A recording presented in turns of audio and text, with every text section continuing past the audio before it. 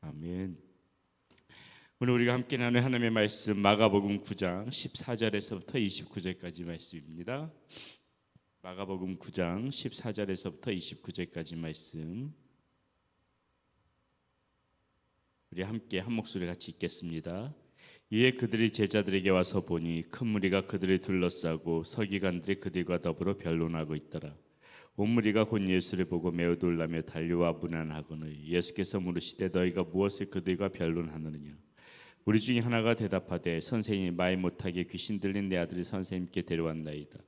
귀신이 어디서든지 그를 잡으며 거꾸러져 거품을 흘리며 이리 가며 그리고 팔이 해지는지라. 내가 선생님의 제자들에게 내쫓아달라 하였으나 그들이 능히 하지 못하더이다. 대답하여 이르시되 믿음이 없는 세대여, 내가 얼마나 너희와 함께 있으며 얼마나 너희에게 참으리요. 그를 내게로 데려오라 하시매 이에 데리고 오니 귀신이 예수를 보고 곧 그 아이로 심히 경련을 일으키게 하는지라. 그가 땅에 엎드려져 구르며 거품을 흘리더라. 예수께서 그 아버지께 부르시되 언제부터 이렇게 되었느냐 하시니 이르되 어릴 때부터니이다. 귀신이 그를 죽이려고 불과 물에 자주 던졌나이다. 그러나 무엇을 하실 수 있거든 우리를 불쌍히 여기사 도와주시옵소서.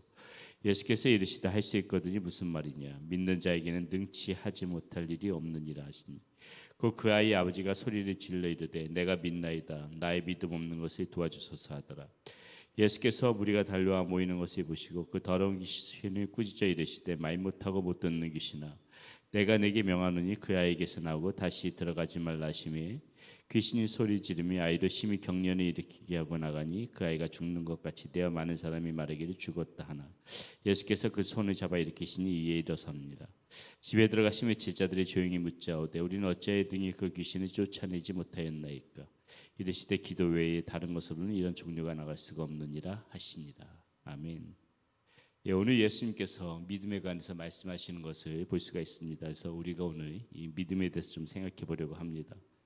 우리가 어제는 말씀 가운데서 예수님께서 변화산에서 변화되어지는 모습, 제자들이 그것을 보고 그 예수님이 변화되신 모습을 보고 이 산에 있는 것이 좋겠다고도 하고 또 여러 가지 또 그들의 실수도 있었고 그랬었는데 이제 예수님 같은 건 산에서 내려오지요. 산에서 내려와서 보니까는 지금 밑에서 또 한바탕 지금 난리가 난 겁니다. 오늘 말씀에 보니까는 산에 올라가지 않았던 제자들이 무리들에게 둘러서 있는데 이유를 보니까는 이제 그 귀신 들린 아이가 있는 것이죠.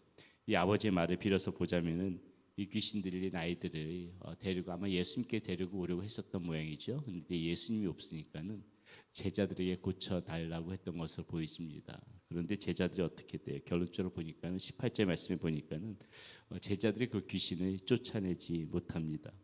자, 제자들이 귀신을 쫓아내지 왜 쫓아내지 못했을까?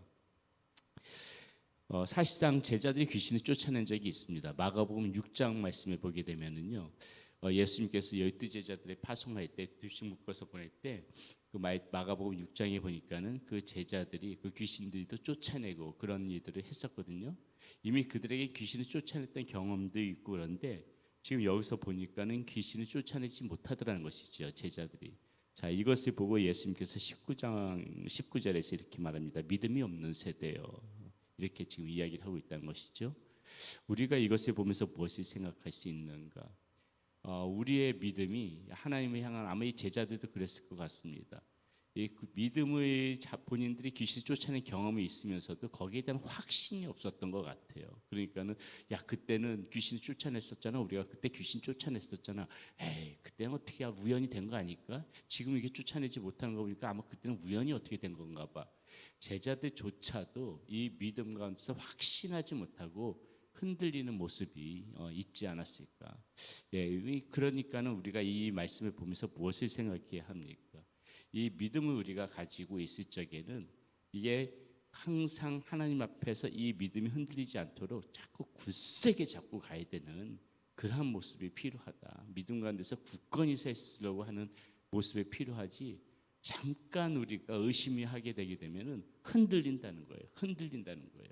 잠깐 의심을 하게 되면 흔들려서 이리저리 요동을 치는 것이 우리의 믿음이라는 것이죠. 그렇기 때문에 우리가 믿음 가운데서 이왕 믿기로 이왕지사 믿기로 결심을 했으면은 흔들리지 않도록, 의심하지 않도록 굳세게 믿음을 붙잡고 가는 것이 오늘 이 예수님의 말씀 가운데서 볼 수가 있다. 자, 그리고 우리가 또 이 믿음에 대해서 또 하나 생각해 볼 것은 무엇인가? 믿음은 우리가 가지려면 온전한 믿음을 가지고 가야 된다. 온전한 믿음을 가지고 가야 된다. 오늘 말씀에 보니까는 이 아버지가 예수님께 나와서 22절에서 이렇게 말합니다. 귀신이 그를 죽이려고 불가물에 자주 던졌나이다. 그러나 무엇을 하실 수 있거든 우리를 불쌍히 여기사 도와주소서. 이렇게 말합니다. 자, 이 아버지의 모습, 이 말에 가만히 들어보면 재밌습니다. 왜 예수님을 찾아왔다는 것은 무엇입니까? 예수님을 이 귀신 들린 아이를 데리고 예수님을 찾아왔다는 것은 예수님이 고쳐줄 것이라고 믿었기 때문에 찾아온 거 아니겠어요? 근데 예수님한테 데리고 와서도 뭐라고 말합니까? 무엇을 하실 수 있거든 이렇게 말해요. 이왕지사 예수님 앞에 나왔으면은 예수님이 고쳐주실 것을 믿습니다. 고쳐주세요. 그냥 이렇게 예수님이 말씀만 드리면 되는데 제 아이 데리고 왔으니까 고쳐주세요. 이렇게 말하면 되는데 무엇을 하실 수 있거든 이렇게 이야기해요. 무엇이 말하는 거예요. 역시 이 아버지도 온전한 믿음 가운데 서지 못했다. 온전한 믿음 가운데 서지 못했다. 여러분 이 아버지만 그렇습니까? 우리도 종종 기도할 때 어떻게 해요? 기도하면서 나조차도 의심하면서 기도할 때가 있다는 거예요. 기도하면서도 될 수 있거든, 예? 이 하나님께서 하실 수 있거든 해주세요. 우리도 우리 많은 기도 중에서 믿고 구하는 것이 아니라 기도하면서도 마음 한편으로는 의심을 가지고 기도할 때가 얼마나 많이 있냐는 것이죠. 기도하면서도 이것이 될까? 기도하면서도 하나님 우리도 이 아버지랑 비슷한 기도를 해요. 하나님 하실 수 있거든 좀 이렇게 제 삶 가운데 이런 것 좀 해주세요. 하나님 하실 수 있거든 저 좀 도와주세요. 우리가 할 수 있거든 이것이 입으로만 안 뱉어서 그렇지 어쩌면 입으로 뱉을 수도 있어요. 입으로만 안 뱉을 뿐이지 마음 한편으로는 그런 마음 가지고 기도로 나올 때가 많이 있단 말이죠. 확신 가지고 기도하는 게 아니라 하나님 할 수 있거든 좀 도와주시면 안 돼요? 하나님 하실 수 있거든 좀 저 좀 이 상황을 좀 이겨나갈 수 있게 해주시면 안 돼요? 이렇게 우리가 하나님의 100% 온전하게 믿지 못하고 그 온전한 믿음을 가지고 나오지 못하고 마음 한켠에는 할 수 있거든 이 아버지가 했던 말처럼 할 수 있거든 이 말을 숨겨두고 기도하는 것은 아닌가 우리가 그것을 생각해 봐야 된다는 것이죠. 그래서 기도를 하여 나왔을 적에는 우리가 완전히 그 온전한 믿음으로 주님 앞에 나와야 된다. 예수님께서 뭐라고 말씀하십니까? 23절에 예수께서 이르시되 할 수 있거든이 무슨 말이냐? 믿는 자에게 능히 하지 못할 일이 없느니라 하시니라 이렇게 말씀하시지 않습니까?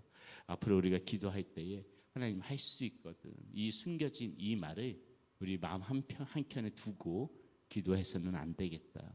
온전한 믿음으로 나와서 하나님 앞에 기도하며 나가는 모습이 되어야 되겠다. 자 마지막으로 하나 우리가 무엇을 봐야 되느냐? 믿음에 대해서는 우리가 항상 흔들릴 수 있고 연약해질 수 있기 때문에 계속 기도해야 된다. 계속 기도해야 된다. 자 24절에 보세요.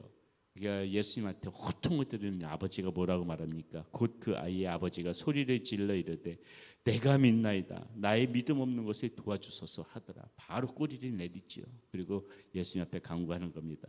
내가 믿음이 없습니다. 나의 믿음 없는 것을 도와주소서. 사실 이 기도가 우리의 기도가 되어져야 됩니다. 우리가 믿음이 있다고 하면서도 언제든지 연약해질 수가 있고 잠시 잠깐 방심하며 흔들릴 수 있는 것이고 의심할 수 있는 것이고 또 우리도 똑같이 이 아버지처럼 믿는다고 하면서도 잠깐 딴 생각하면 할 수 있거든 이 마음이 온전한 믿음을 갖지 못하고 마음 한켠에 두고 살아가는데 이러지 않기 위해서 우리가 해야 되는 것은 무엇인가? 주님 나의 믿음 없는 것을 도와주세요. 나의 믿음 없는 것을 도와주세요. 이것을 우리 이 평생 우리 입에 달고 사는 기도가 되어야 된다. 하나님 앞에 나올 때 나의 믿음 없는 것을 도와주셔서 하나님 흔들리지 않게 해주세요. 하나님 온전한 믿음 갖고 나가게 해주세요.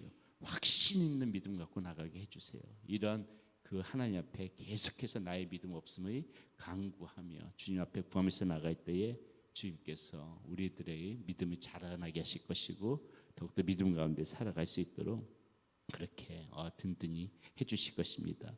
여러분 우리가 보통 기도하면은 자신의 필요를 하나님께 구하는 것만이 기도라고 생각하는데 기도는 진정 무엇입니까? 기도는 우리가 우리의 필요를 하나님 앞에 구하는 것도 기도지만은 기도할 때 하나님의 능력이 생기는 통로가 되니까는 기도를 하는 거예요. 기도는 단지 하나님 앞에 바라는 것만 기도하는 게 아니라 바라는 것을 가지고 기도하는 것은 물론이지만은 또 내가 기도할 때에 하나님의 능력이 내게 덧입혀지니까는 우리가 기도를 하는 겁니다. 특별히 믿음의 기도에는 이런 힘이 있어요. 그러니까는 믿음과 안에서 기도할 때 하나님의 능력이 나에게 덧입혀진다는, 이 하나님의 능력의 통로가 된다는 그러한 마음을 가지고 기도도 계속해서 쉬지 말고 이 믿음 안에서 기도해 나갈 수 있도록 오늘도 여러분 그런 모습으로 살아가시기를 바라겠습니다. 기도하겠습니다. 살아계신 아버지 하나님, 오늘 예수님께서 말씀하신 이 믿음에 관해서 우리가 함께 생각해 보는 시간이 가졌습니다. 믿음이 없는 이 세대 가운데에 하나님, 우리가 믿음을 갖게 하여 주시고 하나님의 자녀로 그렇게 믿음 가운데서 살아가게 하여 주시니 감사합니다.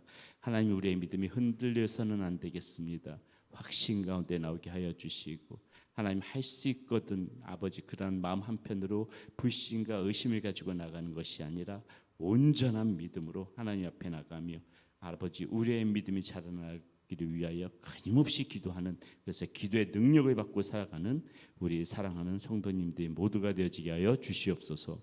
우리 주 예수 그리스도의 이름으로 감사하며 기도드렸습니다. 아멘.